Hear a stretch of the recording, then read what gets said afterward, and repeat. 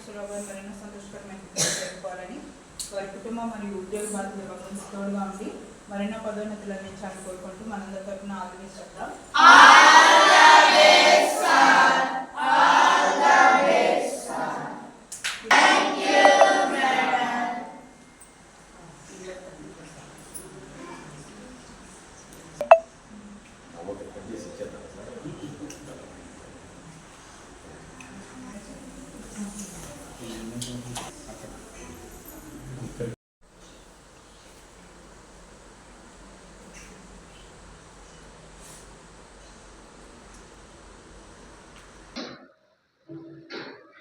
రెండు 2006లో ఈ షైన్ ఆనంద శరణాలయం స్థాపించినటువంటి మన డీజీ నాయక్ గారు, వారి సత్యమణి గారు ఈ అనాథాశ్రమాన్ని ఎంతో చక్కగా 18 సంవత్సరాలు నిర్విరామంగా నిర్వహిస్తూ అనాథ పిల్లల్ని వాళ్ళకి సేవ చేసుకుంటూ, అంటే వాళ్ళకి మొత్తం బోర్డింగ్, లాడ్జింగ్, ఎడ్యుకేషన్ కూడా దాదాపుగా 80 మంది స్టూడెంట్స్ ఉన్నారు.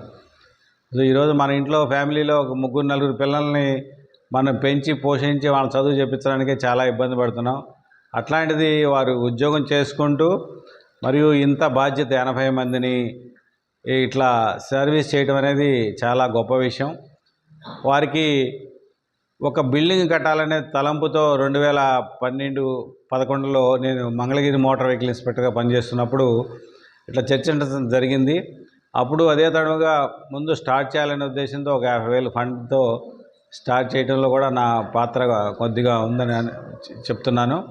సో ఇట్లా సేవాభావం కలిగిన డీజీ నాయక్ గారు, వారి సత్యమణి గారు చేయటంలో చాలా శుభ్రంగా ఇట్లా 3 స్టోరీడ్ బిల్డింగ్ కూడా కట్టగలిగారు. సో బాగా సేవ చేసే ఏ వ్యక్తికైనా కూడా అందరూ సపోర్ట్ చేస్తారు. సో ఇంత బాగా నిర్వహిస్తున్నటువంటి డీజీ నాయక్ గారికి అభినందనలు.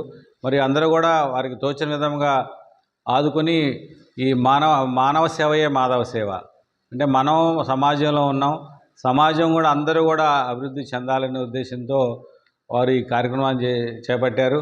నాకు తెలుసు ఆయన శాలరీ కూడా ఖర్చు పెట్టిన తగలాలు చాలా చాలా ఉన్నాయి.